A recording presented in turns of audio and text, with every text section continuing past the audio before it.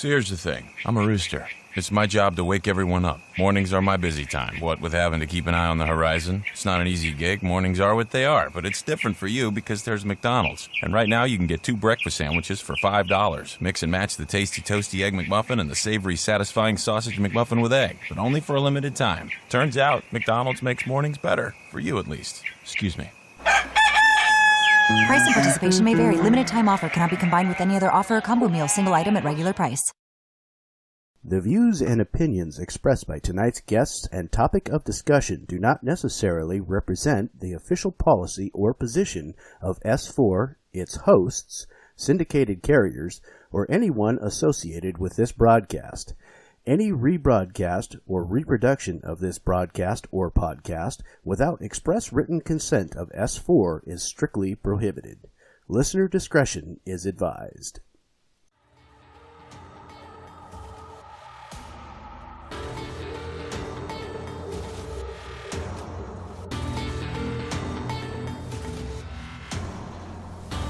Welcome to S4 Radio.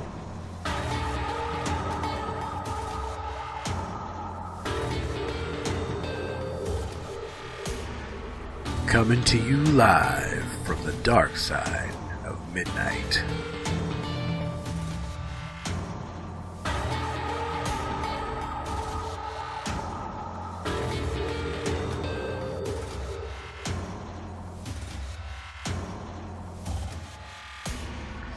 Climb aboard as we explore all aspects of the paranormal, from UFOs and Bigfoot to ghosts and astral travel, and all the fringe subjects in between.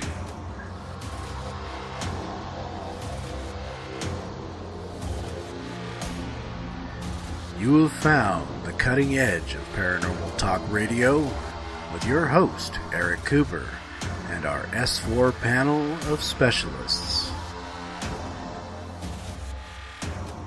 Prepare to go to the edge.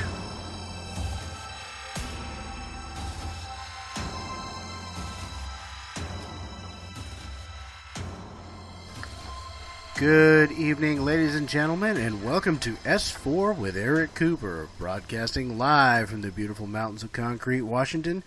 Tonight, we are talking about terrorism and politicians.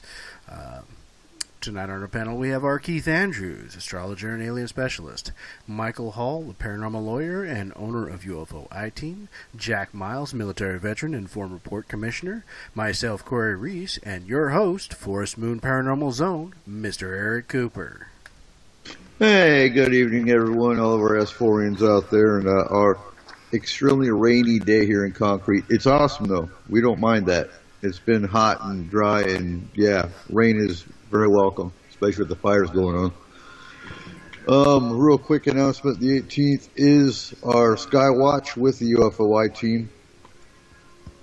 So if you live in the area, it's going to be up here at the end of Haystack Road, off of Concrete Sauk Valley Road, in the very large field on your left side. Bring your tents. It'll be an overnighter. It'll be a potluck, no alcohol, it's kid friendly, and expect to have fun. So how's everyone doing tonight? Not bad at all. How's yourself? No, very tired. Very tired. Very drained. Well, I can understand that all too well. So do we have Jack in here yet? Yeah, he's actually with me right here at the mic. Good evening. Okay, right on. I want to start the show tonight with a definition of what terrorism is. And, you know, it varies by agency. The DOD's got their definition, the government's got their definition, Homeland Security has their definition, everyone's got their own darn definition. And they can't, the things they agree with the most are it is a oftentimes religious-based attack, a political attack. Its main draw is to cause fear and panic, and in many cases, change politics. You got that case with the militias. You got that case with the patriot groups, with religious side, you have Islam, Al Qaeda, ISIS, the Christian identity movement, things of that nature. So, what do you got to add, Jack? Well, you know what terrorism is. Well, I think what people need to understand about terrorism is what the government instills in people and what the American people presume to think what terrorism is. Because you could be terrorized by your next door neighbor, or you could be terrorized by somebody who uses a bomb. Testing 1 2. Hey, there's Michael. Can you hear us now, Michael? Oh, what the hell? I'll take that as a no. Testing. Yeah, that's a no. All right, I'm for everybody out there, forgive us a little Okay. bit. Skype has done an update, and we are dealing with technical issues, of course, with Skype again. So please bear with us. We apologize. We're going to try to do the best show we can this evening. So, did we get Skyped? You're still in. Okay. Okay, Eric, go ahead. Well, real quick, I want to explain too, because, from my point of view, having worked with Muslims in Iraq, not all of them are terrorists. That's what people need to realize. There are extremists in every facet of belief system and politics. And extremists are one thing. Extremists are only that. They're extremists. They might have a twisted point of view, but they do not become terrorists until they act on that extremism. That is basically the definition of a terrorist. Is, you've got the radicals. You've got West Point Baptist Church, for example. They went out, they protested. Did they cause any damage? No, they did not. That's what made them not terrorists. They were twisted in their views. Nobody liked them because, well, they were, God hates gays, that kind of thing. But they were extremists. You take that to another point where you've got militias that actually do go out and do armed assaults, and they do go out and do armed takeovers. That's where the terrorism aspect comes in. The Christian identity movement. They might have a twisted view, but when they start assassinating abortion doctors and blowing up abortion clinics, that's what makes them a terrorist. That would be the definition. Easiest way to explain. Right. We don't like extremists, but again, until they act, there's not much you can do about them. And they're always out there, and you'll always have to deal with them. It's just how and when you have to deal with them. Mm-hmm. What gets me, though, is you can have a white guy walk into a mall and start shooting people. And the media won't jump on that. He might even have a political propaganda, but it's only a crime. You take that same man, he's brown-skinned and wears a turban, then he's automatically a terrorist. That's a really poor, that's a really bad concept with our society today of what terrorism is and what it's not. Hey, Cooper, you've got a pretty good echo going on. I don't know if you're running speakers or what you're doing there, but I'm just running the basic laptop that I always do. Let me see what's going on here. Are we any better? yes, that's definitely better. Okay. There we go. So, Jack, what's your input? Well, I think what we need to, I guess, focus on right now, like latest things that are going on, because we're talking about terrorism, and we're talking about our politicians and government, and I think what people hear out there sometimes is you got the deep state and you've got the shadow government. I don't know what to say and where people in the shadow government are, but I can kind of give you a very good description of current events of the deep state in its prime example of what's going on. When you're looking at the congressional hearings these last few months with the FBI. Mm-hmm. And it's pretty sad, but it's just confirming what we've known for quite a long time. I think, and correct me if I'm wrong. I'm not here to bash on anybody. It's not my intent. But I think in all of our administrations we've had, they feed terrorism with the hate they spew. Right. Well, and our government, it just keeps repeating the same mistakes over and over again. You want to combat something that just isn't aligned with people in America or whatever they want you to believe.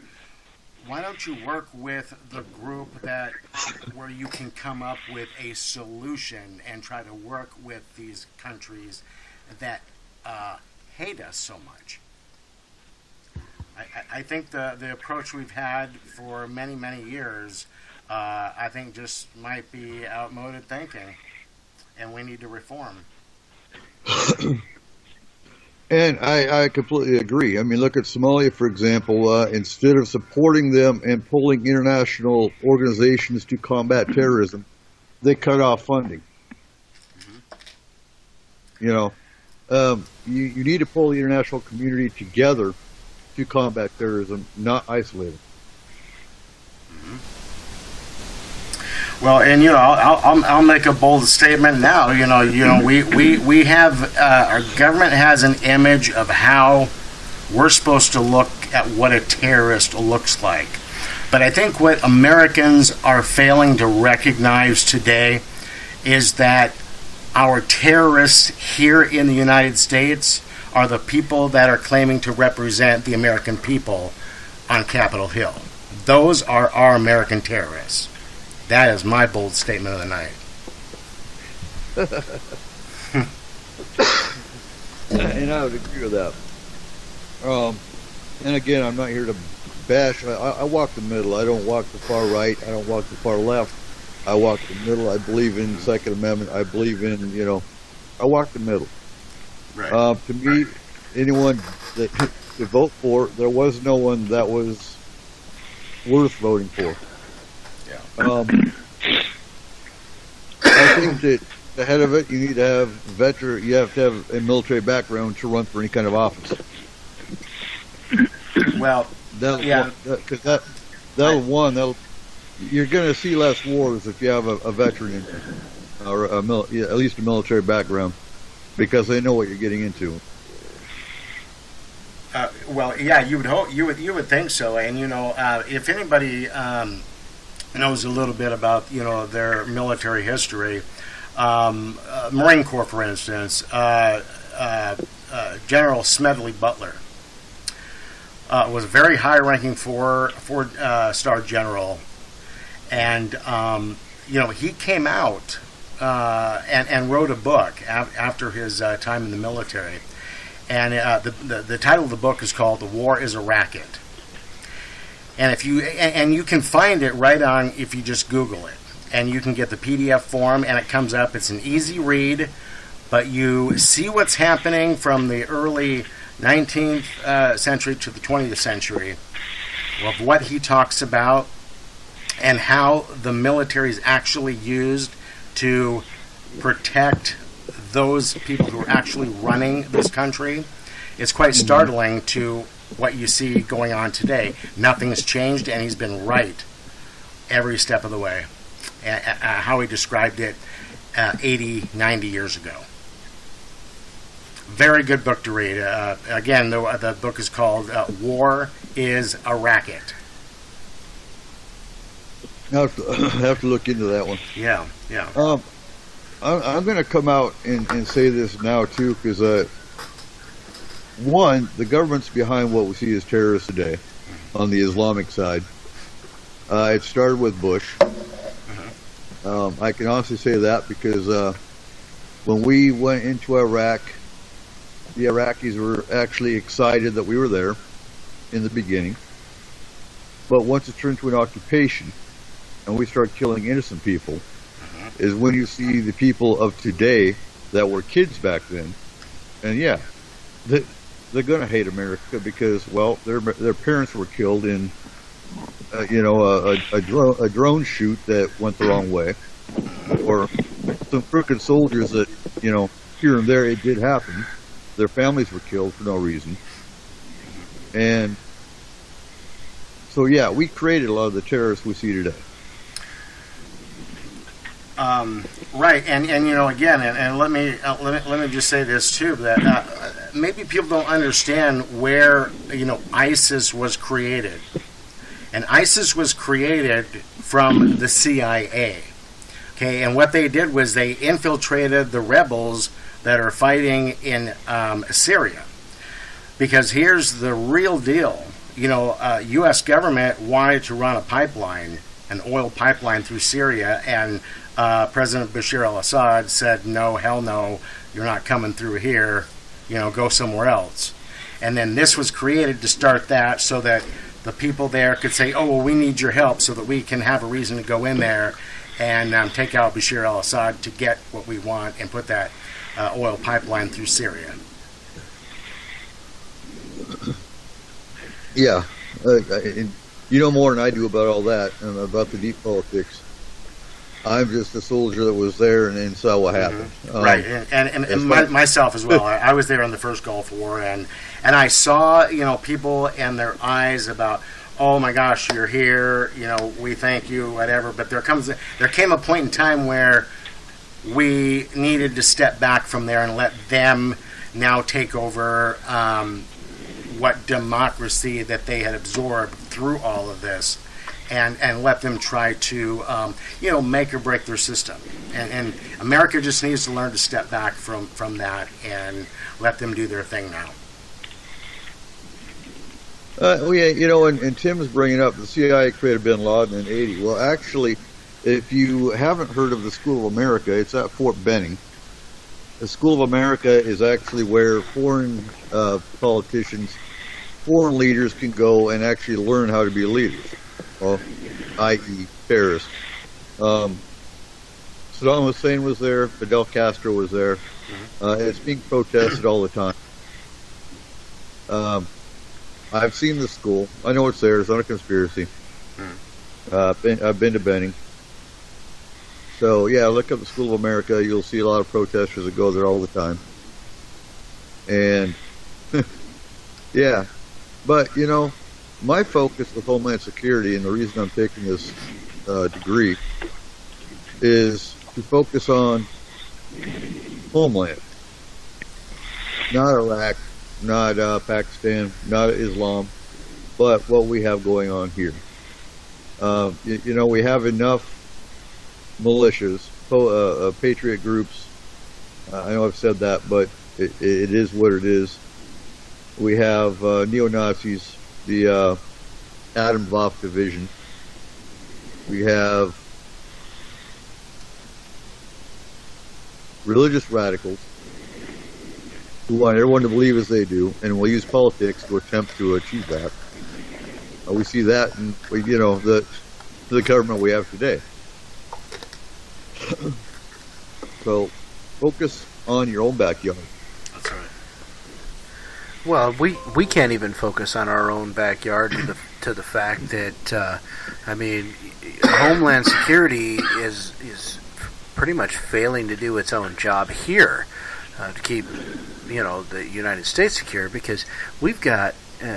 I was doing some research today, actually, on a terrorist school, so to speak, that was right down in New Mexico, very close to the Colorado border. And basically what it was two Muslim men, 3 Muslim women, and 11 children.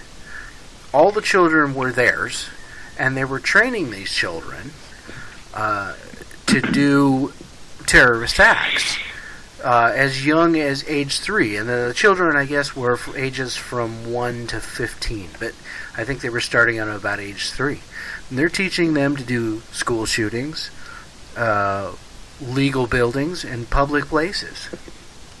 The compound was near the Colorado border, as I said. And one of these men was the son of somebody that was connected to the 93 bombing of, what was it? The World Trade Center.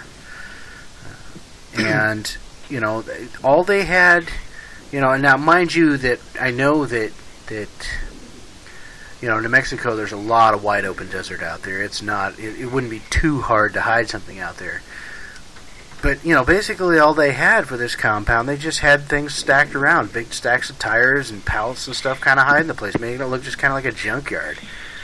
And, if it hadn't have been for somebody within that compound sending a text out to somebody in the Georgia area, basically saying that they were starving there, they probably wouldn't have been found, maybe even in time.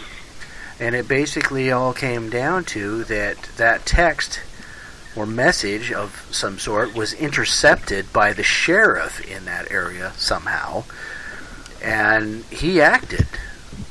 He acted on it, went in and busted these guys, took all the children out of there.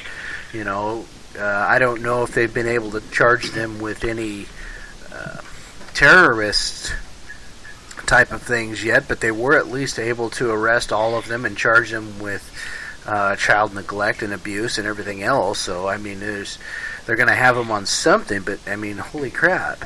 Our eyes are so focused upon other countries at this point, outwards, that we're forgetting to look back inwards at what possibly could be brewing right here in our own country up against us. So it's kind of a sad state of affairs.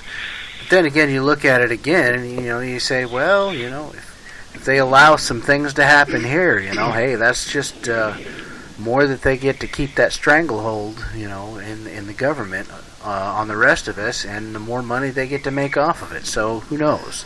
Maybe they did know, and just we're going to let it ride until a sheriff got smart and busted them.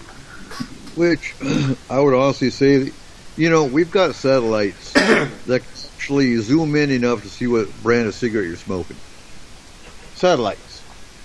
And it's a big country, I understand that. But to be honest, unless they weren't on Facebook, I really doubt they were social media illiterate. I highly doubt that. I doubt they didn't know.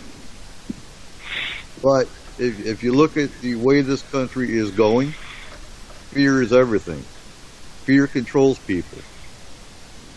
So the timing was right. Everything happens with the government when it's supposed to happen. They wanted them found at this particular point in time so they could keep an agenda. And Markham, you're probably right, because Markham said earlier that if they didn't know about this one, there's probably a few others they don't know about. But I find it hard to believe, even in an expansive desert, they didn't know about them. Were these kids homeschooled, or do we even know? As far as I know, everything was kept completely inside that compound. When they busted in there, they found the kids dressed in rags. Everything was pretty much in shambles, and as far as I can tell, they were feeding them on like beans and rice. It's just very little bit of it.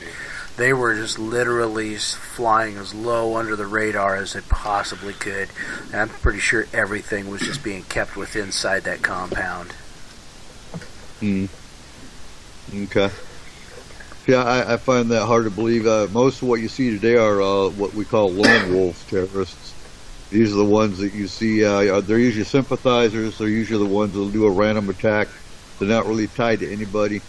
But they'll see social media is a bane when it comes to terrorists now being able to use YouTube and Facebook for pushing sympathizers. They'll feed a bunch of propaganda. They'll feed a bunch of lies with the intent of getting people angry and joining their cause and going out and doing their shooting. Lately, they'll be driving a truck and they'll drive a truck down the sidewalk, as I'm sure many of you heard a few months ago. Things of that nature. Those are what's called lone wolf attacks. They're leaderless resistance, basically, in the name of ISIS or Al Qaeda or the militia or whoever. Anyone can feed them. Well, and the thing of it is that's what you know of the most. The problem is the things that we don't know of, and that's the problem. And this is one of those problems. This is the ones that we don't know of. This is the ones trying to fly under the radar and trying to build this. I think they're just basically trying to build their own terror cell is what they were doing. And, probably if it hadn't been for the fact that they weren't feeding them well enough and somebody said a message they were hungry, they would have succeeded. Because nobody was really watching. Well, Tim, and I'm not sure if Tim's talking about the case you're talking about or something different, but he says the landowner of the compound complained to authorities months ago. And that's common. You know what? People are taught, and even I push this, if you see something that don't feel right, doesn't look right, report it. Well, you can report it all day long, but if law enforcement doesn't act on it, then it's for naught. And they find, oftentimes, after an attack, that, oh, wow, well, this guy was flagged. Right. Or, someone reported him, but nobody responded to it. Well, why do you even bother, reporting if no one's going to respond to it? I have a perfect example, but I'm not going to get into it because it's a current case. But we need a system, and these guys get so many reports they'll categorize them by priority, and if they're not, if somebody who thinks they know what they're doing says, it's not going to happen, don't worry about it, that's just somebody that's going to cause trouble, whatever, they will check it out.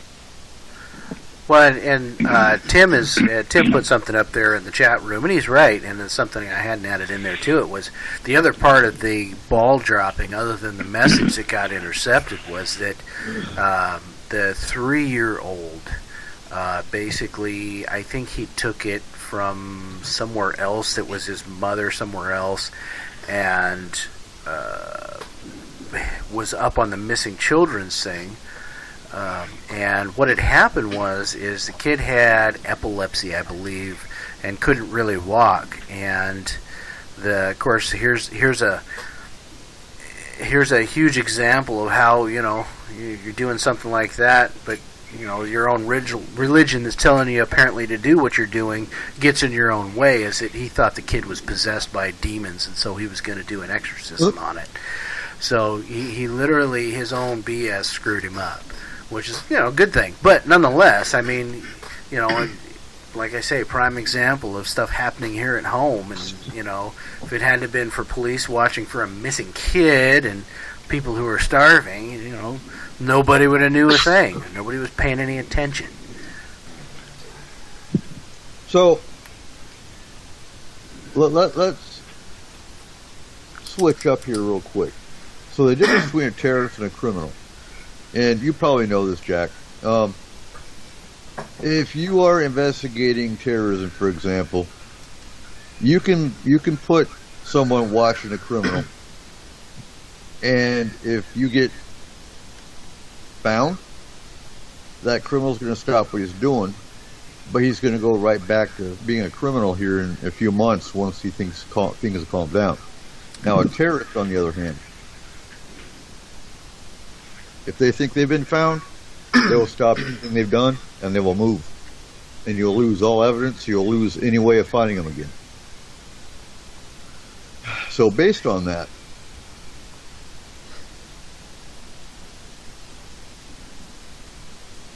I'm thinking where I was going with that.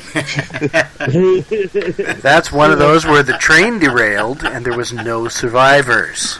It is. Okay, well, if your question is what's the difference between a criminal and a terrorist, well, obviously a criminal can be an individual. They could be a one-time offender. Where the word is from committing a crime, and that is breaking a law that was made by man. That says, oh well, you've offended this crime, so you're now a criminal. But they may do their time, get out, and say, damn. I'm not going to do that again. Bring back on the track. Back on the track. Okay, good. I'm glad I was able to help you with that train wreck. My point was was generally speaking, a true terrorist, you're actually not going to find anything on Facebook. They're very careful, unless they're an amateur. But a true terrorist, you're not going to find anything online. You're not going to find any red flags or anything like that. Other than, let's talk about the Atomwaffen Division for a second. The Atomwaffen Division is a neo-Nazi group, and at last count, there's about 80 of them in the whole United States. The biggest cell, however, is right here in Blaine, Skagit County, Whatcom County area. The only reason they found out about these guys is because they got coffee. Mm-hmm. One of the leaders of one of the cells killed his gay roommate. And when they investigated this murder, the guy said, oh yeah, I'm with Atomwaffen Division. And he bragged about it. But once they started looking into this organization, they caught the one of the cell leaders in Las Vegas, who happened to be the explosive expert, and he started talking about how they were practicing on blowing up infrastructure. But again, you don't hear that too often because the actual professional terrorists, they don't talk about it, and you won't find those red flags. So finding a group like what you're talking about, Corey, they stumble onto it. I still find it hard to believe, but again, if we had law enforcement that took these reports seriously, I think we'd have a better chance. Also, if agencies actually shared their intelligence, that would be another big step in the right direction. Well, that's also a major problem here within the U.S. is that interagency discussion and fact find sharing is minimal at best, and everybody's got such an ego. And I'm going to get them, and they're and I'm this and I'm that, I'm better than you, and I'm higher than you, so I'm going to get that. It's so bad that this is how things are getting missed so much, because if the feds were actually talking, but even amongst their own federal agencies, CIA, FBI, and such, and let alone talking to the local law enforcement agencies, there would actually be almost no terrorist activity within the United States, because they would always be on top of it. Everybody would be talking with one another. Everybody's evidence would be shared, and they bust these guys. But between the the hush hush and the top secret and the egos, this is why we have so much problem. Well, and that's the problem. That is the problem. They created fusion centers.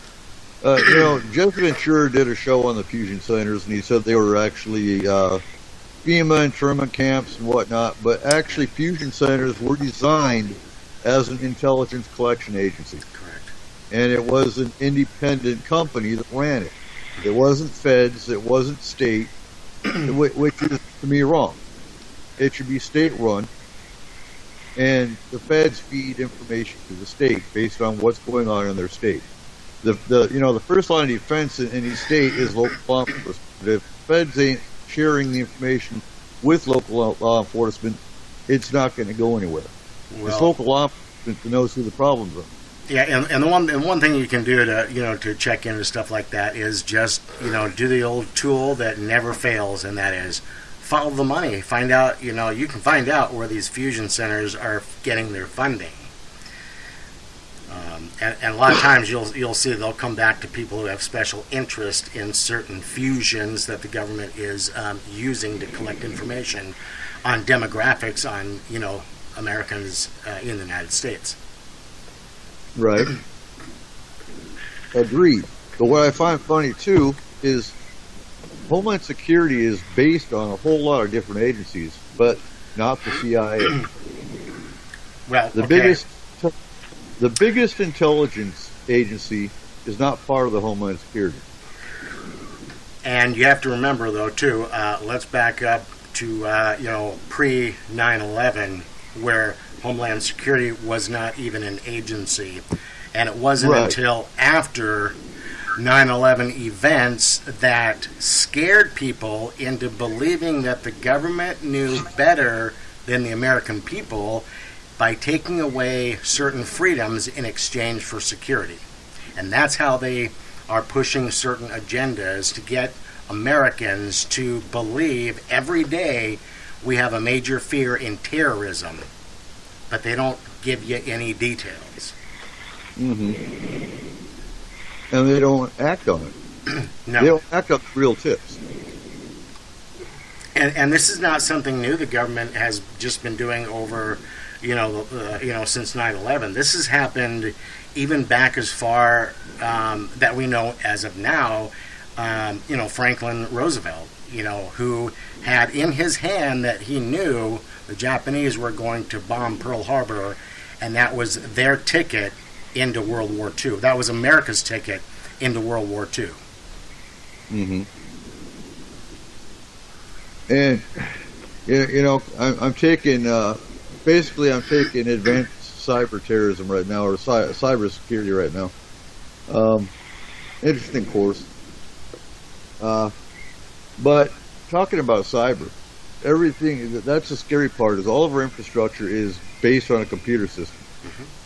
Real easy for any terrorist that has the money to hire a hacker to come in and take over a dam or take over a power grid. And it's actually happened. And they've had attempts in the past, but it actually happened. I can't remember which dam it was, but they did manage to take over a dam, and they opened a spill gate. But Eric, do you recall a few years ago? It might have been in maybe early 2005. We were, just post 9/11. And certain events happened over time. But do you remember when they had that rolling blackout in several, states, and all of a sudden we automatically thought it was terrorism, and that was the mindset of the American people? But I think in reality, those kind of things happen purposefully to find out how society is going to react when a much larger scale event, takes place. I was in Iraq in '05, so no, I don't remember even hearing about that one. Yeah, that was an event where the rolling blackouts happened, where many power grids through many states had all went out at the same time. Okay, we had rolling blackouts all through Iraq, but that was just us cutting the power to conserve energy. Yeah, and these were several states, so automatically people were, assuming those were, a terrorist attack that just went from one place to another, and it just was chaotic for the first few minutes of it, and then obviously once they realized it was not, then everybody obviously settled down. I just watched. I get in this phase where I got to shut my mind down, so I watch a movie, and I've been in the Die Hard series now, as in the Bourne series a couple weeks ago. But Die Hard 4, where they talk about the fire cell. Mm-hmm. Chris, Eric, can I just jump in real quick? Yeah. Tim online here just mentioned that it was the 03 blackout. So thanks, Tim, for giving that shout out. I knew it was around that time frame. So, but thank you, Tim. I still don't remember hearing about it. That's okay. We all have rolling blackouts in our own lives. So. Let's see. 03, I think I was in Germany, just coming to Fort Lewis.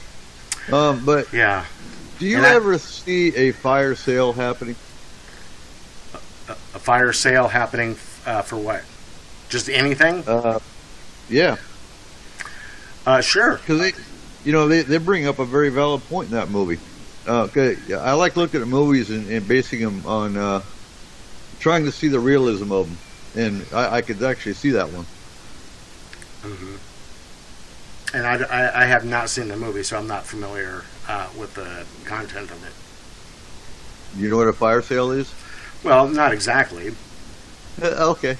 So basically, and without ruining the movie for anybody that does want to watch it, it's basically terrorists that hack into, first it's the transportation grid, and they basically cause mass chaos by turning all the lights green, taking over the cameras. Second phase of a fire sale, they take over the finance. They make all the Wall Street markets plunge, and everybody panics and pulls their money out. The third phase, they take over the power grids. They shut down all the power. And in that movie, it's far-fetched because there's a whole goal is that they're after money. A terrorist, they do all that just for money. They're going to do that to make them. And I think now looking back, I had seen a video from Anonymous who had talked about those phases of their level of terrorism. So yeah, I didn't recall the name of Firestorm or Fire Sale. Yeah, I knew it was something of that nature. Right, and if it's actually called a fire sale, I'm really not sure that's what they call it in the movie, which I would assume was a fairly accurate portrayal. I could see it being done, but I think we have enough protections in place to stop it. My question would be, do we have protections or do we have them that are not protected that we don't know about? Do we really know? Because how many times have you sat and watched television or heard on your radio, this is a test of the emergency broadcast system. This is only a test. But you never hear it when an event actually happens. Right. Well, who's in control? Who's really in control of that? And FEMA, actually. But state FEMA's. Yeah. That's a scary thought. It took them 5 days to get water to a hurricane. Yeah. Well, heaven forbid that the president would have to declare a national emergency and suspend the Constitution, because the reality is that once that happens, the agency that takes over the government is FEMA, and that's a scary thought. Well, and Tripp just asked, do they actually want to stop an event from happening? Yeah. That actually pretty much depends on which theory you would go with. Do they actually want to stop an event from happening? I think it probably depends on who it's happening to. Yeah, that's a thought in itself. Right. Well, and that's actually not their function. It's to deal with the aftermath of a situation, not prior to a situation. But use experience of what went right, what went wrong, and make it better for the next one. The frightening part with this whole thing is they've been doing all this research and all this testing and what have you for, I think, centuries at this point. Especially if we go back into other countries. But I keep hearing about, and I don't hang on the news very much at all for a reason. But to keep going through all this testing and what have you, and yet they're still running into exactly the same problem they were there, although the technological tools are a little different. The toys have changed, but the problems are still the same, and they don't seem, and when I say they, I'm not pointing my fingers at any one system. But you do all of this research, and yet none of it seems to have changed. And totally agree. Technology is great as far as the improvements of life go. But with the advance in technology come the weaknesses, because it's the enemy of whoever you are. It's the enemy is always going to be one or two steps ahead of you. I want to react real quick. Eric Markham had made mention about the idiot that ran FEMA at the time of Katrina had no experience.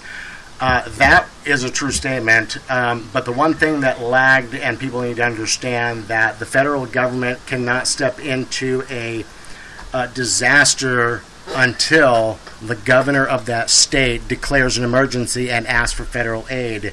And at the time, that was George W. Bush, and he kept saying, ask the question, and it had to come from the governor. And she, at the time, I don't recall her name, but she did not know how to ask the proper question for the government to step in. So, with all the disaster that happened at Katrina, you have to understand that the governor, by delaying and not getting the federal agency in there as quickly as she could have, delayed that process. So a lot of that damage was done because the person in charge didn't know how to ask proper questions to the federal government. Well, and there should be, there should be back doors around that. If you have common sense and you know that FEMA is needed, you should be able to override that governor and send the aid into the people. Well, that should be the priority right there. Yeah. Well, yeah, but that's not how government works. Now, I'm pretty sure that we've got Michael on the line here, too. I haven't heard much from him this evening thus far on this subject, so if he'd like to step on in. There you are. Can you guys hear me all right? Oh, yeah. Yep. Yeah. Well, I'm getting schooled big time on this stuff here because paranormal lawyers don't get a whole lot into terrorism, but it seems to me that we're always coming down to competing agendas with our government and the politicians that we're talking about here, and of course then their long-term plans on, like you mentioned, oil and energy and those kinds of things that seem to kind of determine who the terrorists are, at any given one point, and they seem to kind of change periodically.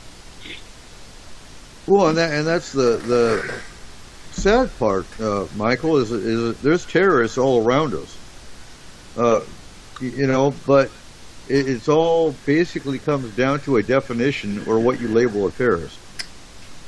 And one thing that people might want to consider also, when we're thinking about, what is a terrorist, keep this in your mind too, is when you have spousal abuse, and one is creating fear over the other, that's a terrorist because they're instilling fear if they continue to do what they're doing. So, there's a terrorist that works through an organization to promote their cause, and you have individuals who are, creating a fearful situation within their home. They can be considered a terrorist as well. And another difference between a terrorist and a criminal, a terrorist ain't afraid to die. Because when it comes to the religious terrorists, their God, their Allah, whatever their God is, in their mind, has blessed them to do what they're going to do.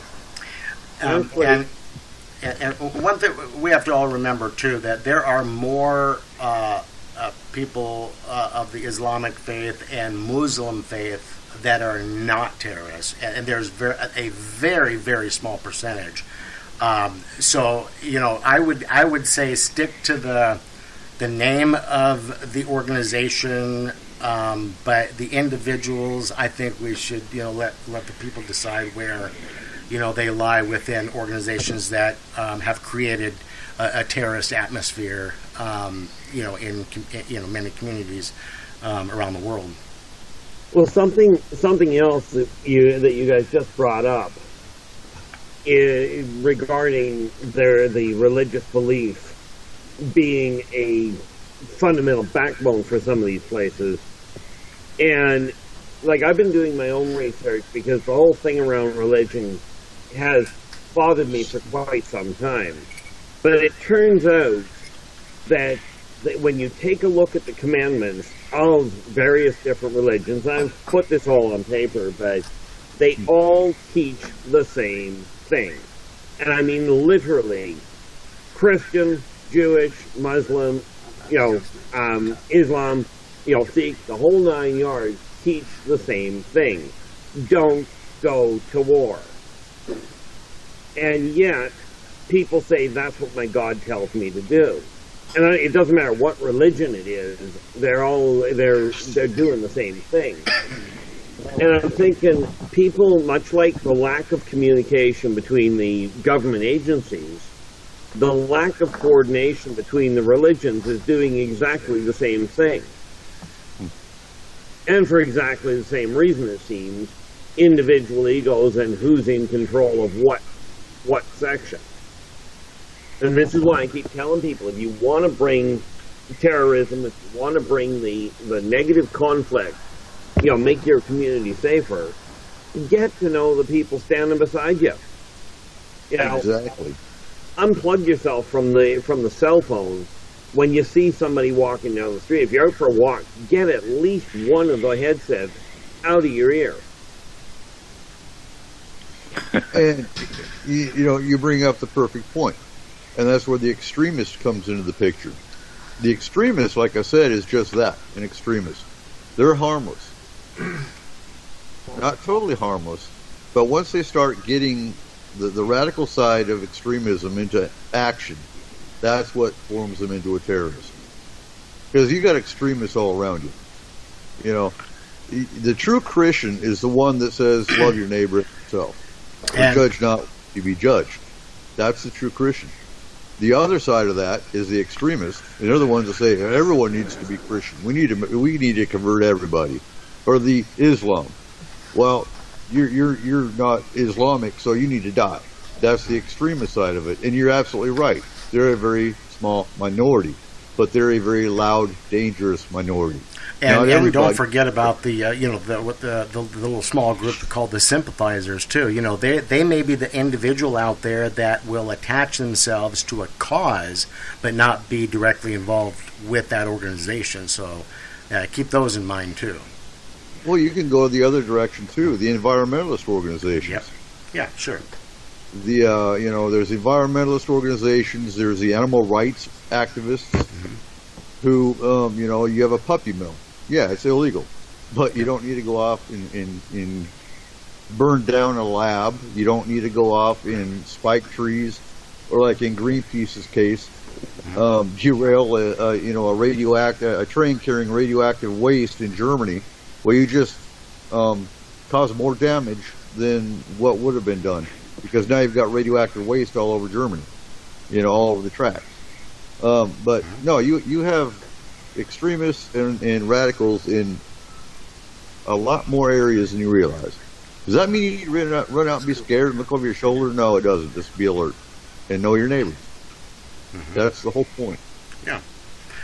And we have to also remember now, over these last 15 years, where more people have cell phones in their hands, they're focused on their phone and they're not focused on their surroundings. That's, when you think about it, that's kind of scary, because we're not being alert because of the electronic that's stuck in your face, Well, yeah, I mean, we had, like, just the other day, I'm up in Canada, and just the other day, I was driving with my brother. We had stopped, we were going around a corner, and my brother was mobile, going around a clear crosswalk, and some genius with their headset on, dang near walked into the back quarter panel of our car.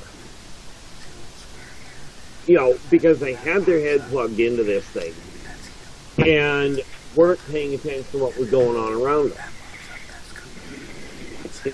This is where people have got to realize that all the terrorism, all the extremists aside, if people don't unplug from these electronic devices, and don't get me wrong, technology has a very valuable use. I mean, let's face it, without it, we wouldn't be here right. But if people don't get back to the idea of finding out who's at their own dinner table, never mind the world around them, you're not going to get rid of this problem.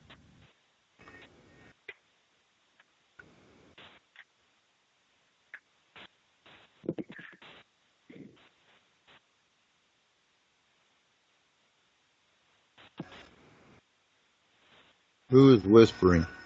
I hear. Nobody. Just keep going. I hear.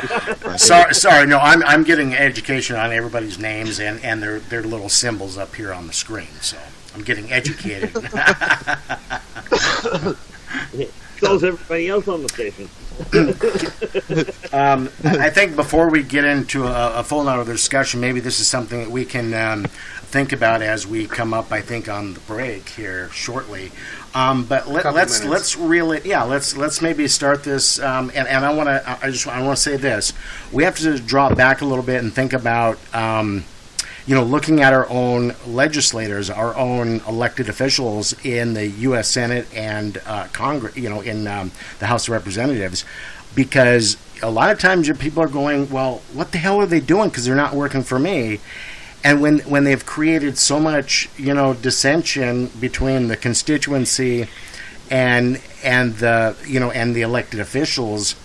And they don't work for the people, you got to think that is creating terrorism, within everybody's lives because it's not benefiting us as Americans anymore. And when you look at the people that go into Congress, they might have modest incomes, but now almost 90% of those in Congress, that's Senate and U.S. congressional members, are millionaires. So where are they getting the money? Yeah. And that's part of what our government does on a daily basis. Lobbyists and whoever pays them off. The special interest groups. Yes. That's part of it. And Tim, I'm right there with you, Tim. Tim says term limits or you're thrown out. And Congress was formed originally as a service. It wasn't formed as a career. Exactly. So you can be 80 years old and have been in Congress for 40 years. No. And vote yourself a raise. If we want to make change, you gotta. I don't know how to do it. I really don't. Let me let you fester on this real quick as I think we're going into break. But, someone only has to serve one 2-year term to receive a pension in Congress for life. Just think about that. And that needs to be changed. And on that note, take us in a break, Corey. All right, yeah, I can do that, not a problem. When we come back from break, we will continue our discussion on terrorism and politicians. Tonight on our panel, we have R. Keith Andrews, astrologer and alien specialist, Michael Hall, the paranormal lawyer and owner of UFO I-Team, Jack Miles, military veteran and former port commissioner, myself, Corey Reese, and Eric Cooper of Forest Moon Paranormal. Join us every Saturday night at midnight Pacific Standard Time. You can find us on Spreaker.com, the Fringe FM, and for you local listeners, you can catch our shows on KSVU 90.1 on your FM dial, and Saturdays from 10 p.m. to midnight. Please go to thefringef.fm and check out the show lineup with shows like Lighting the Void with Joe Roop and The Paranormal Code with Rich Giordano, and a plethora of other good shows. Ladies and gentlemen, we'll be right back. This is Joe Roop from Lighting the Void, and you're listening to KTLK Digital Broadcasting Station, The Fringe FM. Hi, folks. CBD is the home run hitter for health right now. Why, you ask? Because of what it does for the body. Unfortunately, I can't tell you all about the benefit. There's reasons. Do your due diligence and log on to ancientlifeoil.com. That's ancientlifeoil.com. Ancient Life Oil uses organic ingredients and is blended in coconut oil for some of the best benefits. Legal in 50 states and non-psychoactive. Log on to ancientlifeoil.com. That's ancientlifeoil.com. Select Joe Roop at checkout at ancientlifeoil.com. This is Rev Dan Lopez from Spiritual Warrior Today Radio, and you're listening to KTLK, The Fringe FM.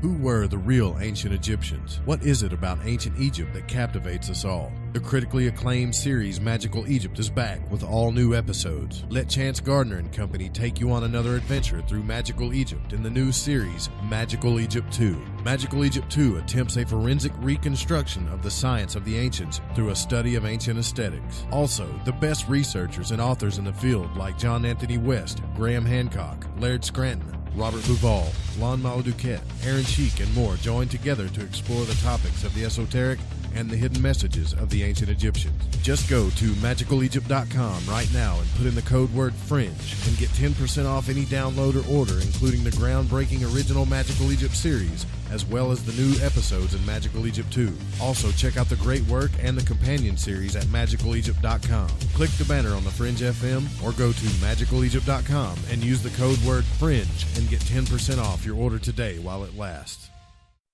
You asked for it.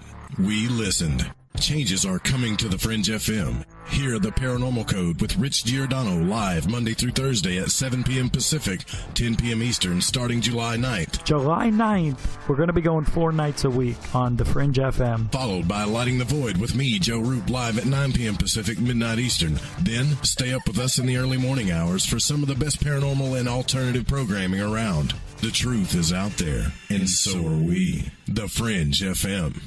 Ew, yuck. They're unhealthy. Bugs. I hate bugs. Our home is clean, but occasionally bugs show up. Well, I found something that is tougher than bugs. Orange Guard. From contact, it kills bugs. Plus, Orange Guard kills hidden bugs and keeps new bugs away for weeks. The ingredients in Orange Guard are on the FDA generally regarded as safe list, so Orange Guard may be used around food, humans, and pets. It comes with a 30-day money-back guarantee. Orange Guard. Available at orangeguard.com and Ace Hardware. Are you intrigued by Paranormal Talk Radio? You'll love the new Paranormal Radio app from TalkStream Live. You'll find a great selection of talk shows covering UFOs, ghosts, strange phenomena, and much more. Download the Paranormal Radio app now and start listening to the very best in paranormal talk entertainment, including the network you're listening to right now. The Paranormal Radio app, free in Google Play and the iOS App Store. This is Preston Dennett from PrestonDennett.weebly.com, and you're listening to KTLK, The Fringe FM. My name is David. I suffered from MS, or multiple sclerosis symptoms, since 1986. For years, doctors tried to help, but didn't give me any real hope. I tried almost everything. I was afraid this was my future, but I did not give up hope. 8 years ago, a healthcare worker told me about ReginaStem. I called ReginaStem. ReginaStem explained how stem cells worked. No promises, just a simple explanation of the science. They treated me with respect and understood my journey. For the first time, I felt hope. Now I can jog and snow ski once again. It's been amazing. I have been symptom-free of multiple sclerosis for 8 years. I have learned that stem cell therapy has a broad range of medical therapy, from COPD to chronic pain and diabetic neuropathy. It's an amazing therapy. If you want to talk about your chronic pain or your chronic symptoms, call ReginaStem today. Call 305-224-1858. That's 305-224-1858. 305-224-1858. Welcome back to S4 Radio.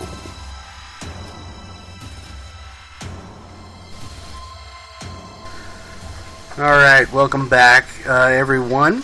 For those of you just joining us tonight, we are having a discussion on terrorism and politicians. On our panel tonight, we have R. Keith Andrews, Michael Hall, and Jack Miles. Welcome back, everyone. Hi, welcome. Yeah, like terrorists and politics. Yeah, before we jump in here real quick, I want to get your take on this too, Jack. So, our current administration, and I'll leave it at that. I'm not going to, again, I don't want to bash any one person. But, I've gotten in this fight since this current administration about him weakening our country even more. For those that aren't familiar with the EPA, for example, yes, they do regulate big industry. They keep pollution down. But what they also do, they have biohazard alarms. They monitor the air and the water for biological agents. You take the EPA away, you just weaken the country. He also wanted to they also wanted to close down Fort Detrick, which is the most sophisticated and most advanced bio lab in the country, which again tests for anthrax, tests for biological agents, again weakens the country. You take all of our you take all of our defenses and all of our testing and all of our you got conspiracy theories out there that they're creating stuff and whatnot, and they might be, but what they're also doing is protecting the nation. And what's your thoughts on that? Okay, so let me break this down just a little bit, because I think what people need to understand, that yes, Trump and the EPA is now becoming, I guess, abolished. What people need to realize is that every individual state, every 50 states, have their own clean air agency, water. They have their own state agencies, so there is still some level of protection. And I know, like in the state of Washington, you got ORCA, which is the regional air and clean air agency. Olympic Regional Clean Air Agency is what it stands for. So there is some level of protection within our own states to continue to have oversight on their own state level of EPA. Yeah, but the thing there is, when you look at they've got their own listings and what have you, their own levels that they look at. Mm-hmm. The question that I always ask in that situation, though, is they've got all these regulations in place, but can they, or are they effectively actually dealing with the people that are violating said levels? Because, and I'm only a layman on this one, I am not tied into any government agency in any country, but it seems to me they've got all the regulations, but the people that are breaking them pay a few extra dollar fines, and then nothing seems to change.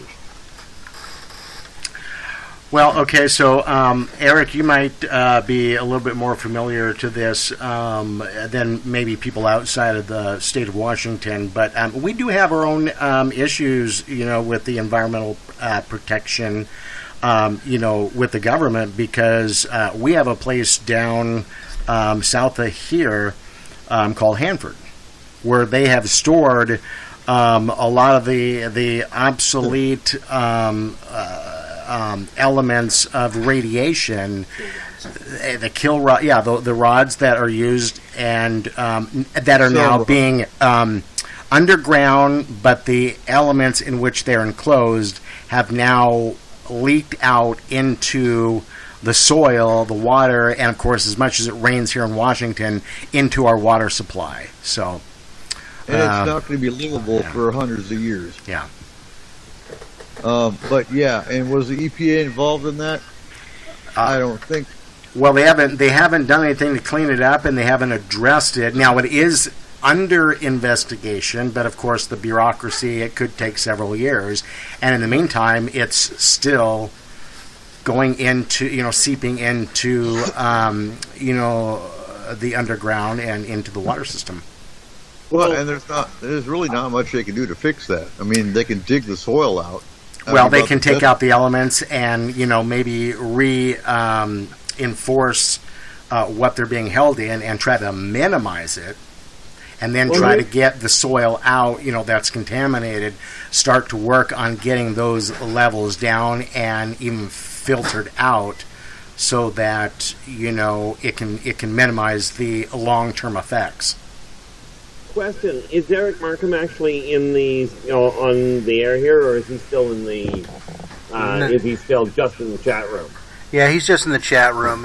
He's having a lot of trouble at work tonight, so he's not going to be able to get in on it. Unfortunately, I was hoping to get him second hour, but just didn't pan out. Unfortunately, because this would have been perfect for him. But I'm just thinking, everybody talks about storage and cleaning out the soil, which is great. I mean, you got to figure out what to do with it.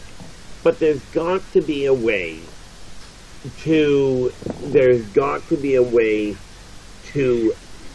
rework these different elements that have been put together to start with. There's got to be a way to, as it were, reverse engineer and pull them apart into the non-radioactive components. Well, the unfortunate part there is that basically those old fuel rods are made of iridium and stuff, which is, it's radioactive in itself. There's nothing really to separate. And unfortunately, we don't have the technology at this point to completely neutralize the radiation without causing more harm. Because most of the elements that we have that would neutralize the radiation, if you put it in the soil to do so, would be just as harmful in the soil as the radiation itself. Take for instance, back in 2011 when Japan had that major earthquake, and it caused the nuclear power plant there to expose the radiation, and most of the North America's west coasts had spiked their levels of radiation by hundreds of thousands of whatever it is that they use to use their numbers. Reds. Yes, and so things like that happen even from far away. So it's not just maybe isolated to one maybe location, but in a larger picture, how it can also affect other countries around the world.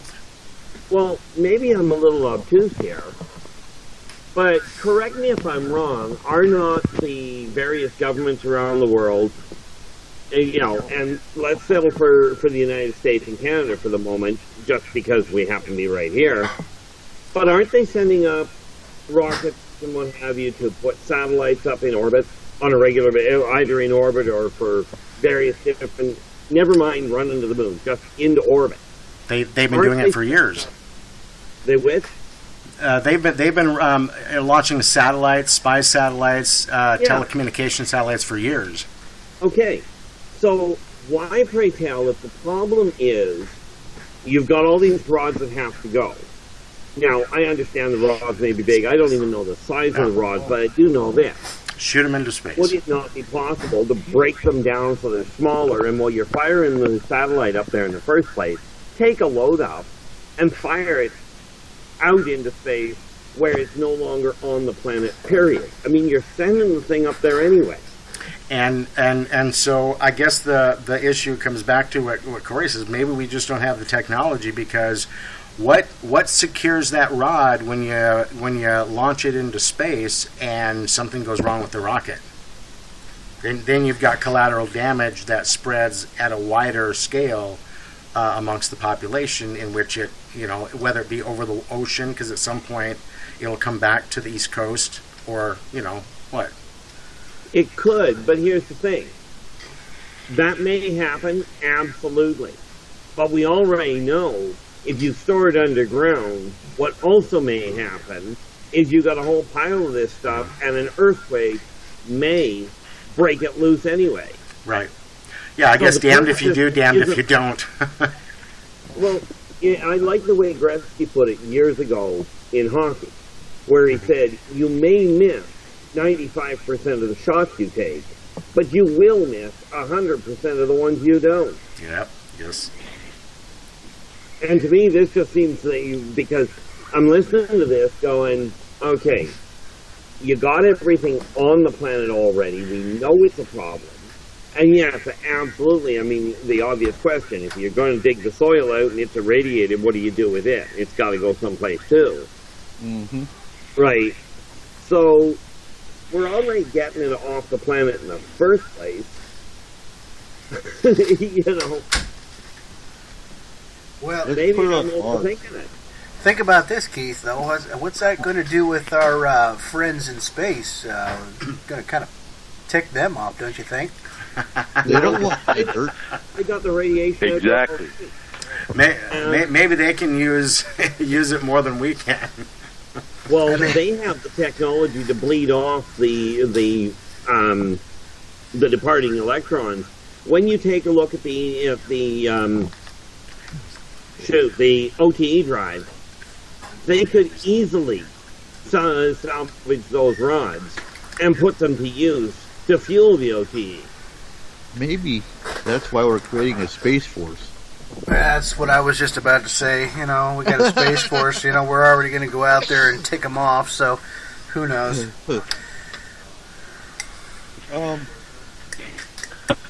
I want your thoughts on this too, because I don't know how. I don't know if it's new. I don't know if it's old, but I heard they're dwindling away the. What is it? The I don't know. No, the Species Act, where they can take animals that are going extinct and actually take them off the list. The Endangered Species Act. There you go. The Endangered Species Act. Yeah. They're taking away the Endangered Species Act, taking all these animals off the Endangered Species Act so they can go mine the land. Well, that doesn't surprise me. I mean, if you look at the government that's installed in the current point, I'm not surprised at all. Most of them are they're being fed by these major corporations money to do that. So it doesn't surprise me in the slightest bit. I mean, these corporations, they don't give a crap about an animal or a piece of dirt or nothing. They don't care about if you or I live or die. All they care about is the green money that goes in their pockets. So I mean, if they can get these areas that are rich in whatever mineral or oil it is that they want back open so that they can get in there, sure, why not? They're going to feed huge amounts of money into the current administration, because the current administration is especially is susceptible to that, because they're a bunch of rich jerks too. You know, does that ever open up a can of worms when you start thinking about the geniuses trying to bring some of the prehistoric extinct animals back? Mm-hmm. Yeah. I mean, talk about a can of worms, but I don't think that has to do with terrorism so much stupidity. Oh, definitely. I mean, let's bring back a 100-foot freaking dinosaur that can eat you in a single swallow. That's a great idea. Mm-hmm. Well, I can tell you where to set them. Let's bring back T-Rex and send them through Seattle. Yeah. But, you know, I don't know which news to believe and which not to anymore. I really don't. So I don't know if that Endangered Species Act abolishment is fact or not. Because, you know, if you get this information fed from the far left, you get this information fed from the far right. I don't believe Fox News, CNN, really any of them. The best way to go is to look at the White House website itself to see which acts have been signed, which executive orders have been signed, and whatnot. Well, and the one thing that people need to, start to learn more of, and that's their legislative process, because you can follow along, whoever the senator, whoever the representative is that sponsored the bill, that authored the bill, the co-sponsors, all of the elected officials that have sponsored the bill, and then you can find, on the website their voting record. So and they show you graphs of which issues that they voted for over the years. So you got a tracking system. It's the constituency needs to learn how to operate that process and study for themselves, what's going on, in the government today.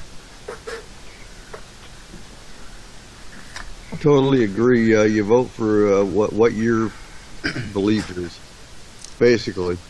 And what's going to be interesting is if the Democrats take back over the House, Trump's going to be back in the same situation that Obama was in when he ran.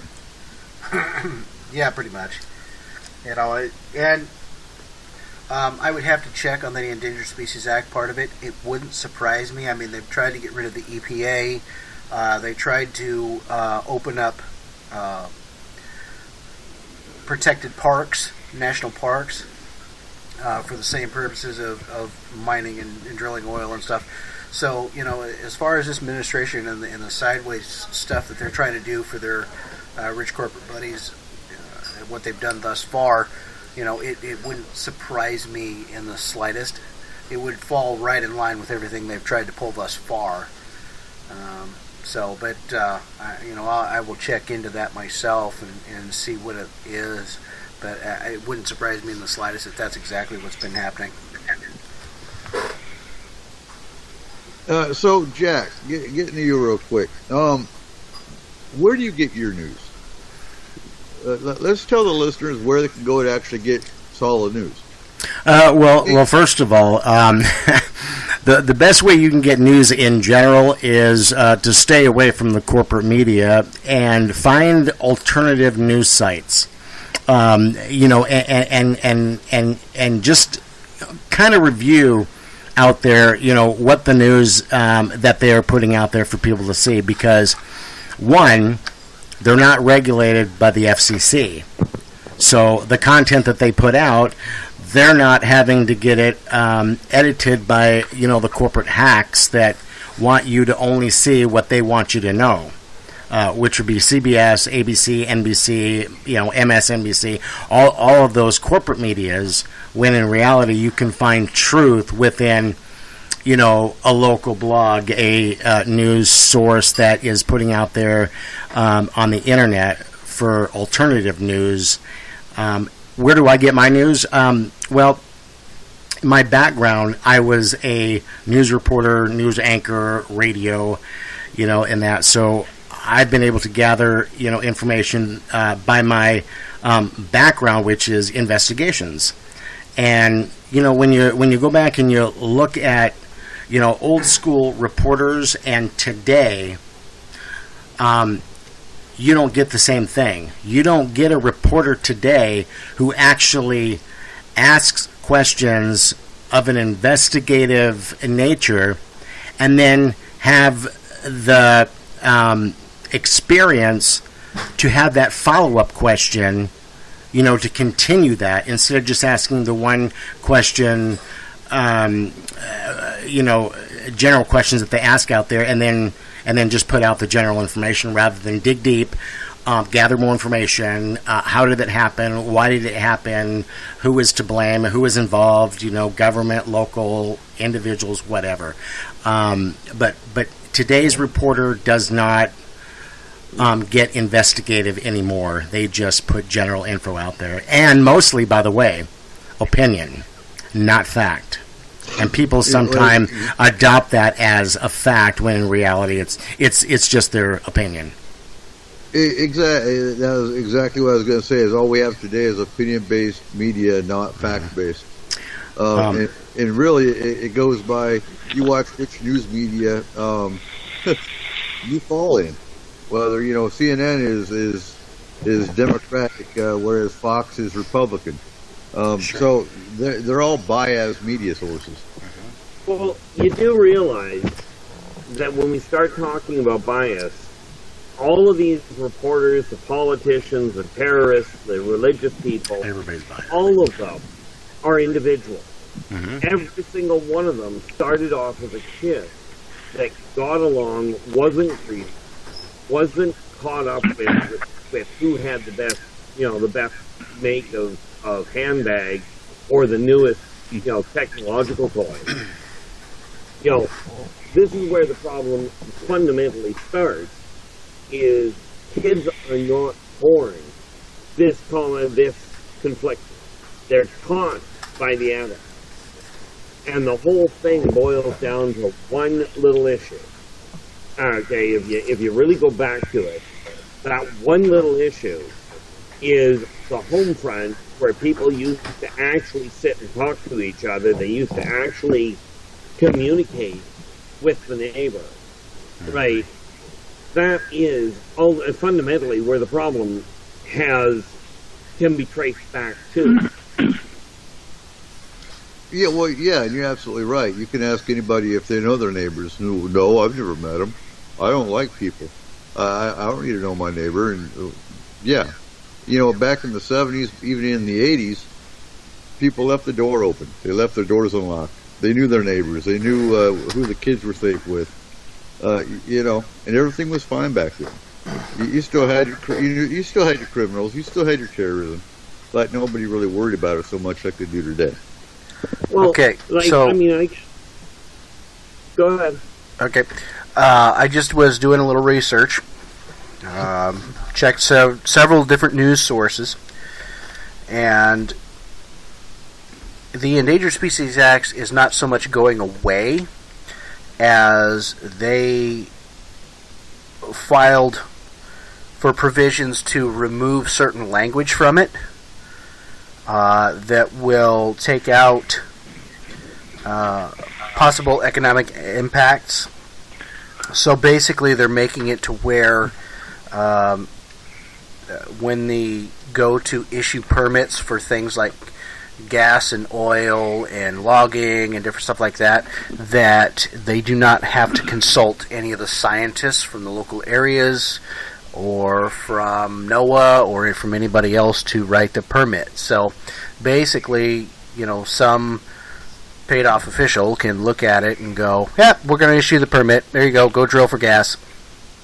Now, what kind of a genius comes up with the idea that the endangered species that they're talking about, which are identified by the scientists in the first place, shouldn't be consulted about whether cutting down the trees is going to knock a hole in the local flora or the local fauna? That would be the Trump administration with all their cronies' payoffs.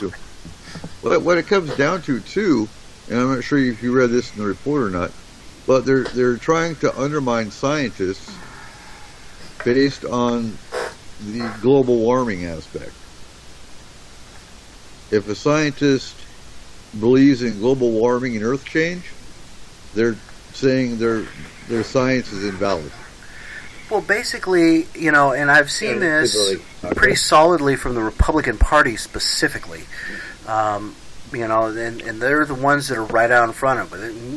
We're probably going to get people that want to argue with it, and you go ahead and argue with it all you want, but the facts are there. Is that basically every time that they're in power, they try to roll back anything that is regulatory from the scientific aspect. So if they can discredit the scientists, they can roll this stuff back, so that their buddies that are paying them billions of dollars or millions of dollars, whichever it may be, or both, can start drilling for oil somewheres, or they can go mine for something specifically somewhere else, and in places that would normally be protected, And every time that you see the Democratic Party, in power, all of those things stay in place. They get tougher restrictions, and these guys, they have a harder time going and drilling for something somewheres. So, of course, every time the Republican Party comes in, all their rich friends, who are the owners of these companies, are paying them big amounts of money to put in legislation that will roll back these things to where they can go and drill and mine and just tear everything up. Doesn't matter. They don't care. And that's the problem. Exactly. And Michael, you've been quiet over there. What's your thoughts? Well, the whole I think the whole thing comes down to whether, I don't know if it's Republican or Democrat or politics in general, but basically there seems to be a group of people that seem to be running the planet. Mm-hmm. So all of our national problems that we complain about are really kind of small potatoes for them, because they are in the process of just grabbing all the resources they possibly can and keeping us in the dark. So that's why you get the wars, fighting against each other, and that's why you get the distractions on the mainstream media news, just to keep us confused and and worried about things, so we don't organize and think straight, about all these issues. So I think these issues, to me, are just major things when it comes to the people who basically try to run this planet. And I think at one point, shortly, and as it's been happening recently, people are waking up all over the place. I think they're starting to realize that the puppeteers are there. They're behind the curtain, and people are finding out about it. Wizard of Oz. Yep. But the thing of it is too is if people would realize that the people that are running the show are a very, very, very tiny, minute factor of people. The majority of people is us. It would take nothing for us if we actually got together and put down our cell phones. And that's the big problem right there, ladies and gentlemen, is the electronics and the distractions. Is if we all join together, we could peacefully toss them out. We wouldn't even have to be violent in any matter. All it would take would be, for your gas CEOs and stuff, is if everybody across the United States didn't buy gas for like 3 days, you darn near break their bank. And if you think the board of directors of any of those freaking companies would stand for that for a second, they'd boot the CEO in a second, and you'd see gas prices drop in a big old hurry, and things start to change. We literally, as Americans, as Canadians, can vote with our money, literally. And if we all got together and did that, we could send peaceful but very stern signals to these companies. They could literally put them out of business if they didn't watch it. Well, my thought is that, if you, and this has been my thought for years and years, that if you were to force each elected official to wear a jacket that has all of their, money contributors like they do, like in NASCAR and things like that, we would actually know who owns our representatives, because they sure don't listen to the constituents. That's for sure. And you're absolutely right. Although I think they've got so many that they wouldn't be able to actually, the tags that identify them would be small, you couldn't read them. Yeah, but at least you could get the major contributors on there. Follow the money. And, I think more and more people are pulling together, and that's why Trump won. Look, when's the last time you saw the country this divided? I remember the Civil War. Did that help? As even recent times as, back in the Civil Rights Movement, back in, 68, back in the mid-60s, when we were going through, the race riots and how America was changing, but also looking at how they looked at our military service members that were over in Vietnam. Remember, these people came home from fighting in, a conflict that should have never taken place. That took, by the way, 56,000 of our American service members because of somebody's personal interest and extending this conflict and causing, war within our countries and dividing it, and then these service people coming home and getting spit on and just, called, every name in the book, when really they should have been directing that attention to our U.S. government, who allowed this to escalate. Well, and, I know Vietnam vets that actually got shot at by American civilians. Now, not just spit on, they got shot at. So, you're absolutely right. And goes right back to my point. I have never seen that. And if you don't think this country is divided, go look at Facebook one morning for 5 minutes and watch the fighting from the Trump supporters and the Trump haters. But you know what, Cooper? If you think about it for a second, if you had Facebook, just bear with me for a second here and think about this. If you had Facebook when Vietnam was going on, or you had Facebook when all the black riots were going on in the 60s over civil rights, right? We would be just as split then as we are right now. You know, that's the funny thing is that, you know, people keep saying that, you know, I haven't seen us ever be so split in our entire country. We had a civil war where literally half of the United States was fighting the other half of the United States. That is a direct split. And the difference is, you know, then and now is we have mass media where we can get that information out faster, you know, than the elements that they had back then. But that's my point. You haven't seen a split like this in 60 years. Yeah, well, maybe not in 60 years, but, you know, it has been split. I mean, the United States has been split at least 3 other times.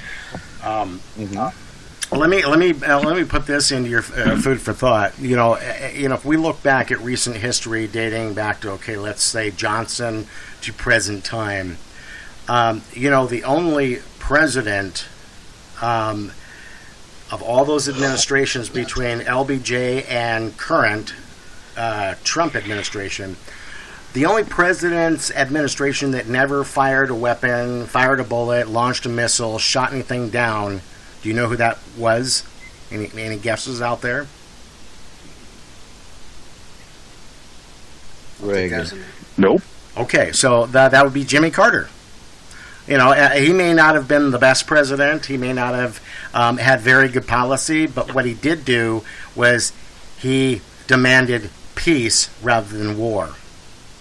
And you can say many things about the president, but the fact of the matter is, you know, he worked on peace rather than let's do it for the corporate interest and, you know, let's have a war. Because if you look back in our history, there's only been a few years in between where we've, you know, where America has not been in some form of conflict, war, and devastation over the history of the United States. Which brings right back to the point that I think any politician should have had military experience, a military background.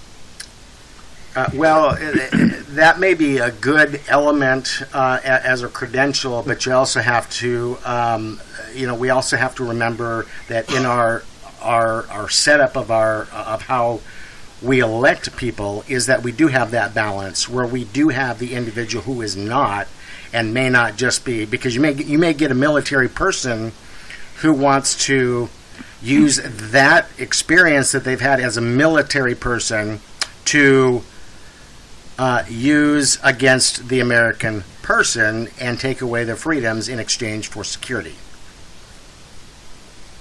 Very valid point. And the other side, you don't want PTSD in the White House. Yeah, that would be a bad idea. We have enough complications.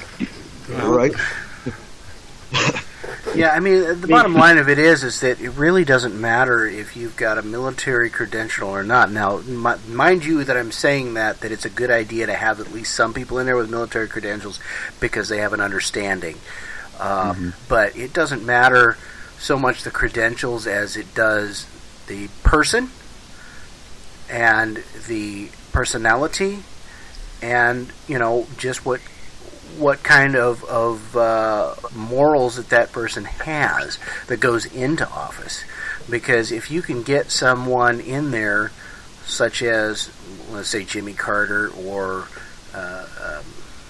Kennedy, some of those guys that really wanted to work to not have, they wanted to work for the people and not for the corporate entities. You know, that's the type of people that you need in there. And those people didn't necessarily have military background or not, but the fact of it is it was the type of person that they were.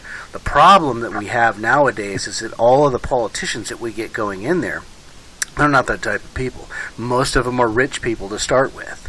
And oftentimes, and I'm not saying this about every rich person because there's some great people out there that are rich, but oftentimes a lot of those people that are rich got that way in not so nice ways.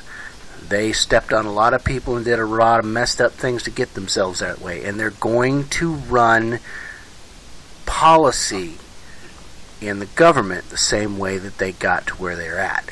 That's the problem.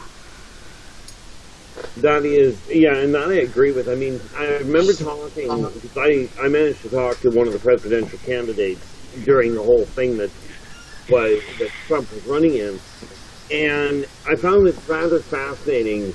Somebody came up with the idea of going, okay, if you want to run for office, great, but this idea of getting corporate sponsorship was somebody came up with the idea of cutting off corporate sponsorship for the presidential campaign.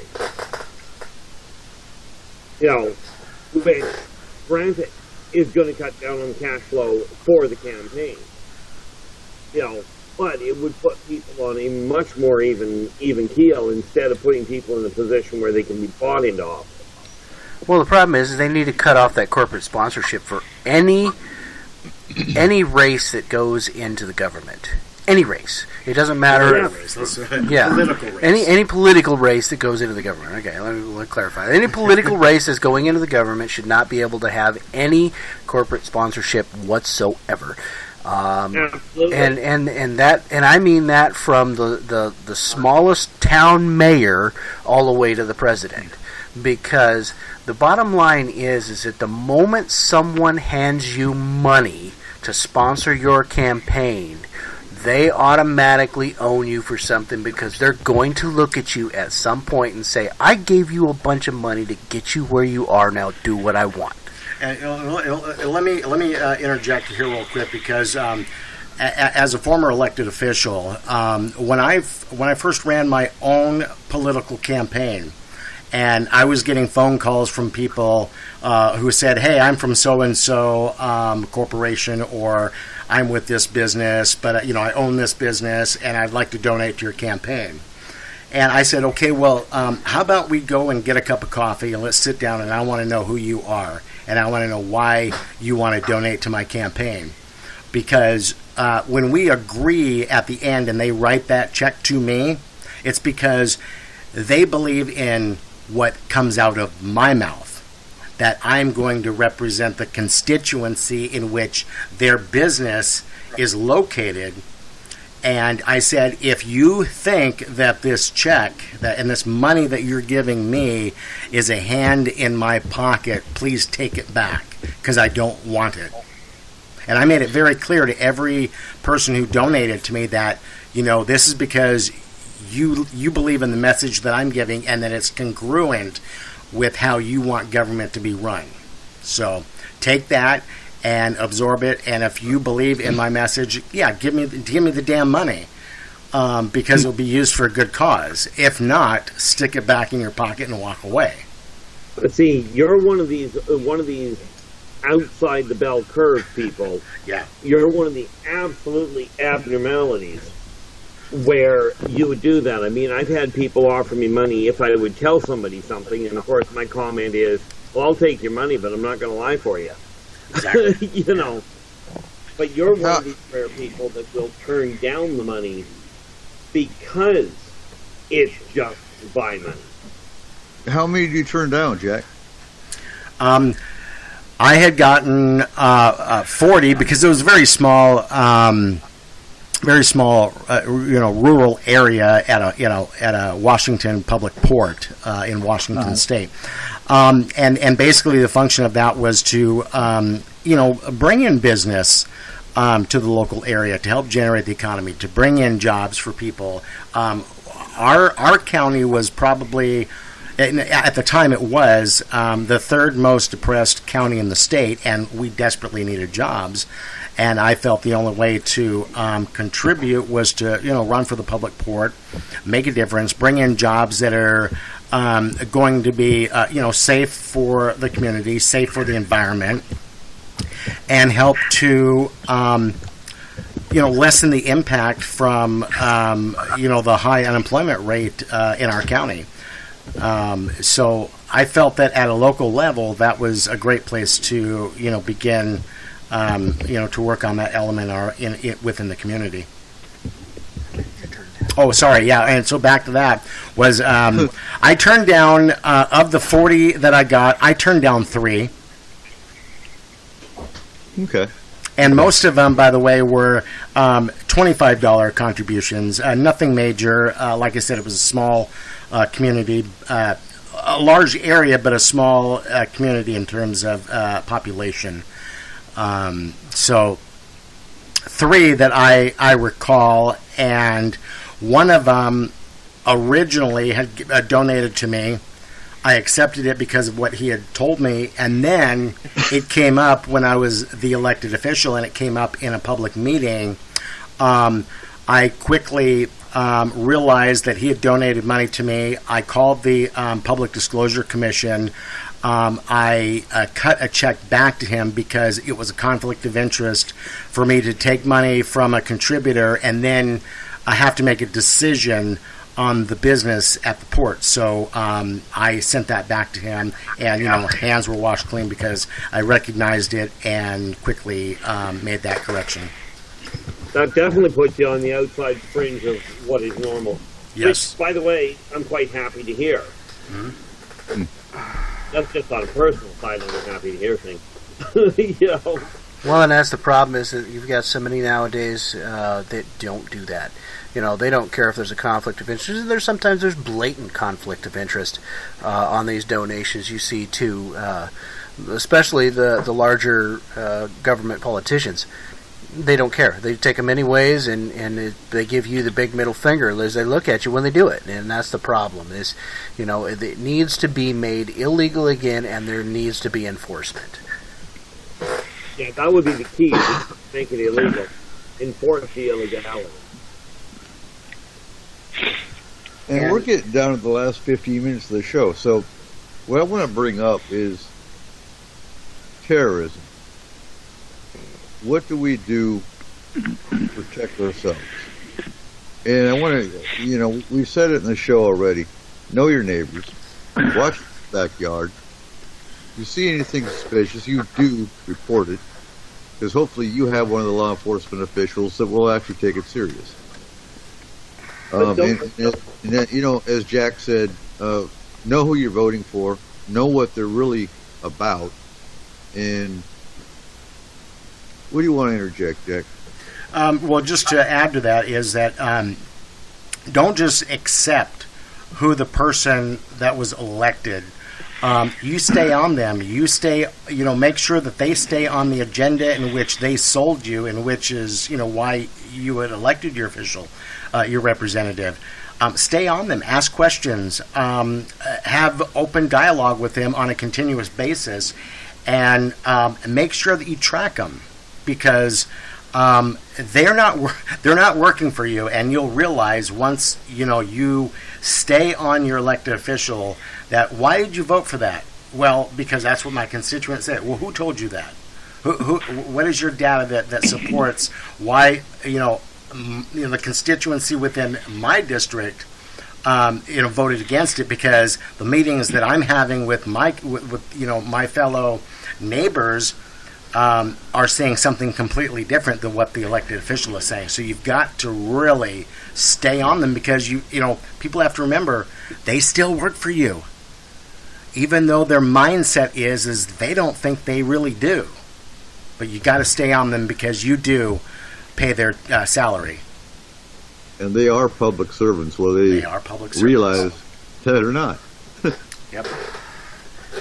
Well, and the thing of it is, too, when we talk about the terrorism part of it and what can we do about stuff here at home, it again comes back to the elected officials, because the fact of the matter is that until we get some elected officials into the office that aren't paid off by certain entities, including the military machine, okay, at the upper end, I'm not talking about our soldiers, I'm talking about at the upper end, until we have those politicians in office, there's never really going to be any true safety. They're going to try to keep everybody in fear and try to take away your rights to stuff, but there's not going to be any true safety. The true safety will come in when you get some politicians in office that put things in place that make sure that agencies talk amongst each other, share different pieces of evidence amongst each other, and actually start looking within. Not necessarily without. Yes, we have to keep an eye on the outside too. But we need to secure inside the United States by making sure that these terrorist cells and people who are supposed to be on watch lists and stuff aren't here. Well, here's the thing. You're on a watch list, go goodbye. I agree with you in part, but when we're talking about the layman reporting things, most people think that they're talking about just report it to the appropriate authorities. The reality is, if you're talking to your neighbor and you spread word, you spot a problem, and you start reporting it to your neighbors as well, you will find it has a direct impact on whether or not those cells stay hidden. That's one of the keys of flushing them out. Is you get enough people talking about that one house being a problem, and it's going to draw people's attention. Oh, definitely. And yes, we definitely need to, as a society, drop the electronics and the cell phones and the iPads and everything else like that, and put those things down and start looking and having conversations with our neighbors.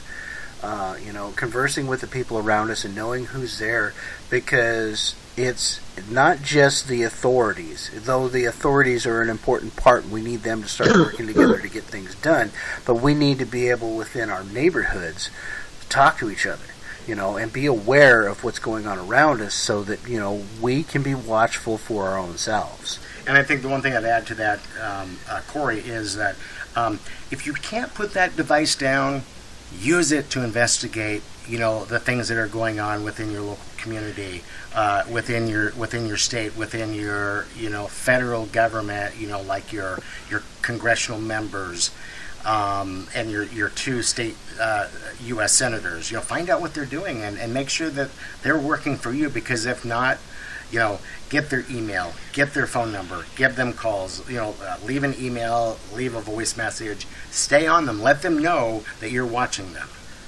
And just FYI, let's face it, they're inundated with input like that.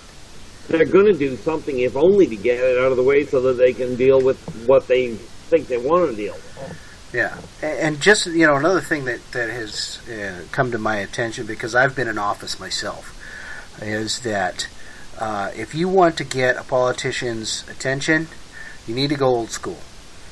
Write a physical letter, because the physical letters get through faster and get more attention than any email or any phone call ever will. And send it certified mail, so that you know that they have collected that and that they have to sign for it. Yep, certified mail. Certified. Absolutely agree with you. For my own company, all of my correspondence is done snail mail. Yep. And the reason for it is literally because people actually pay attention to it.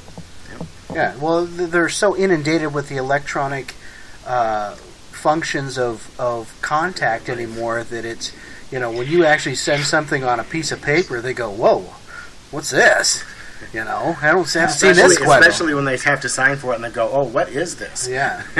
It sets them a little off guard, because they don't know, they don't see that very often. Everything else they see is through electronic communication.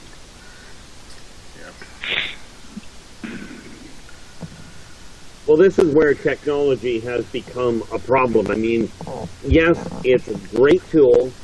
I mean, Lord knows I'd go through a lot more paper writing if I was using paper than using the computer. But where it comes to basic communication, people have to start learning, start back at the dinner table, and get to know who your kids are, never mind the neighbor. Most families don't even know that. I know.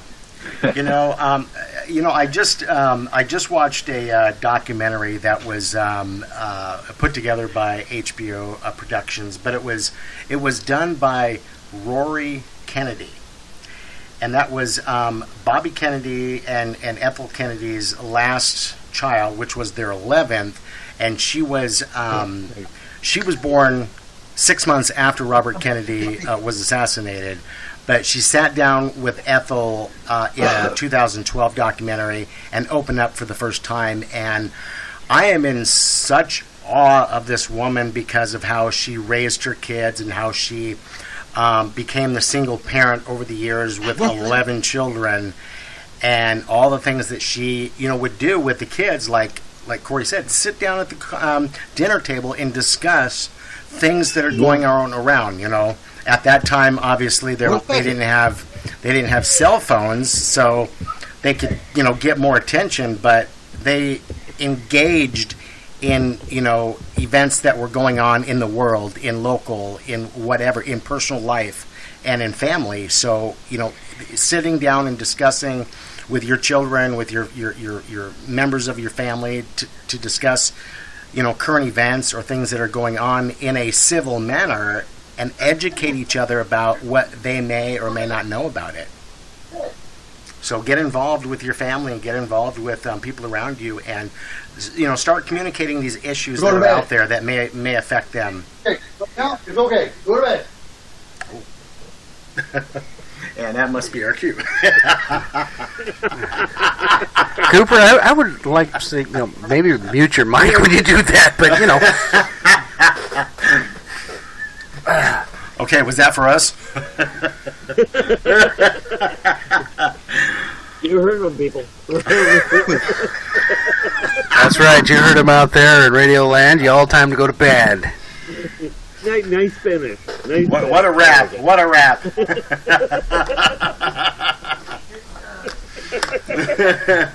Michael, do you got any final thoughts on this thing here this evening? I think Coop just gave us a great example of getting to know your kids right there. Positive or negative reinforcement? That was absolutely brilliantly timed. Yeah. Especially if you look at the clock. Right.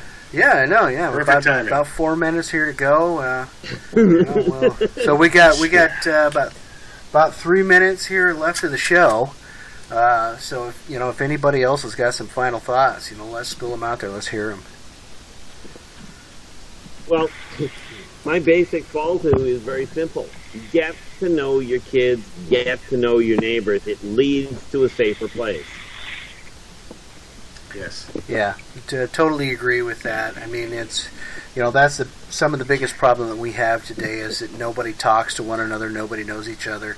And the government has gotten everybody so riled up that you don't want to that you don't want to talk about politics to anybody anymore because it's going to be so horrible. That's what we've gotten down to is that we don't even talk amongst our families about the political environment around us, which we need to do. Yeah, we need to get back to being able to even agree to disagree, in a calm and decent manner, just amongst our families, let alone anybody else. You should be able to have a discussion with your family or your neighbor, and even if you don't agree on everything, be able to be civil about it. Absolutely. And that doesn't seem to happen now, but we need to get back to that point, because if we don't, if you look back in 50s, 60s, 70s, people could have communication with each other, no problem. Even if they didn't completely agree, they could talk to one another and have a discussion, a debate even, and it would be civil. They would still be friends when they were done. And you look at it now, and two people on Facebook, one blocks the other one simply because somebody said they liked one person over another. And you don't even see that. You don't even see that now in Congress today. You don't even see civility. You see division.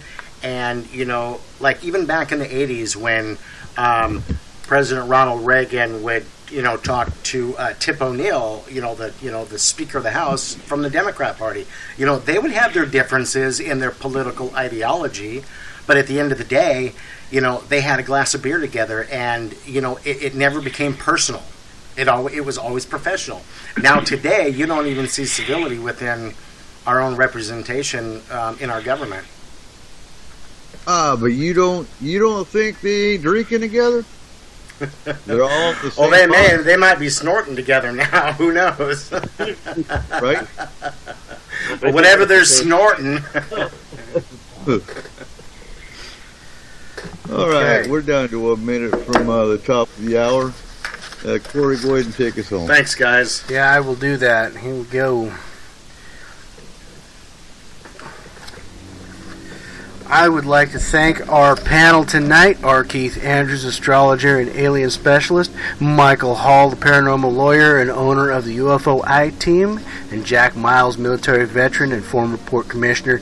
Join us Saturday the 25th at midnight Pacific Standard Time. We'll be talking about where America is now.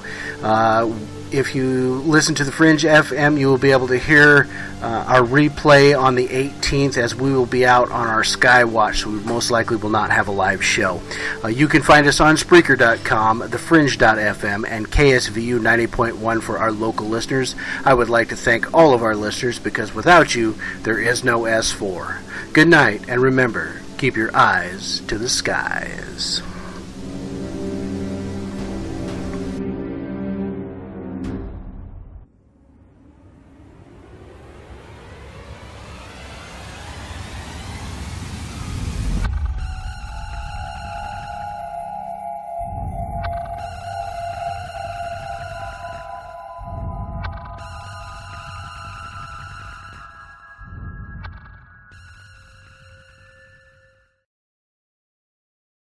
So here's the thing. I'm a rooster. It's my job to wake everyone up. Mornings are my busy time. What with having to keep an eye on the horizon? It's not an easy gig. Mornings are what they are. But it's different for you because there's McDonald's. And right now you can get 2 breakfast sandwiches for $5. Mix and match the tasty toasty egg McMuffin and the savory satisfying sausage McMuffin with egg. But only for a limited time. Turns out McDonald's makes mornings better. For you at least. Excuse me. Price and participation may vary. Limited time offer cannot be combined with any other offer or combo meal. Single item at regular price.